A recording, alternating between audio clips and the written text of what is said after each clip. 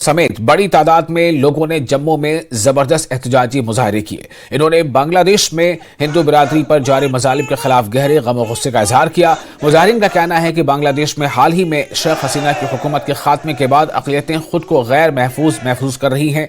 उन्होंने मोदी सरकार से बांग्लादेश की नई हुकूमत पर दबाव बढ़ाने का मुतालबा किया है ताकि हिंदुओं पर जारी हमलों को रोका जा सके।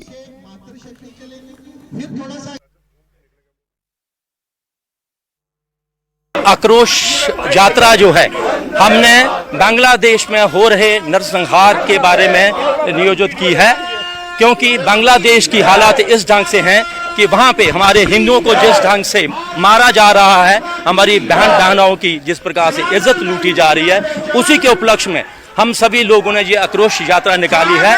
हम आप सबके माध्यम से अपनी सरकार को ये बताना चाहते हैं कि ये जो यात्रा है, इसके ये जो हमारा जो नारा है, इसको ध्यान में रखते हुए हमारे लोगों की भावना समझिए।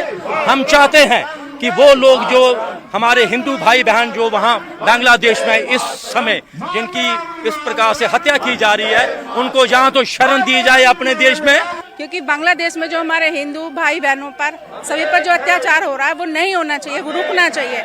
हम उसके विरोध में ये आक्रोश मार्च निकाल रहे हैं और हम चाहते हैं जिस तरह से हम शांति से रहते हैं वैसे ही हमें उकसाया ना जाए, शांत को शांत ही रहने दिया जाए। अपनी भारत की सरकार से ये निवेदन करना चाहता हूं कि बांग्लादेश के अंदर जितने भी हिंदू इस समय हैं उनको जल्दी से जल्दी इवैक्यूएट करवाए। हम करना चाहें तो बहुत कुछ कर सकते हैं।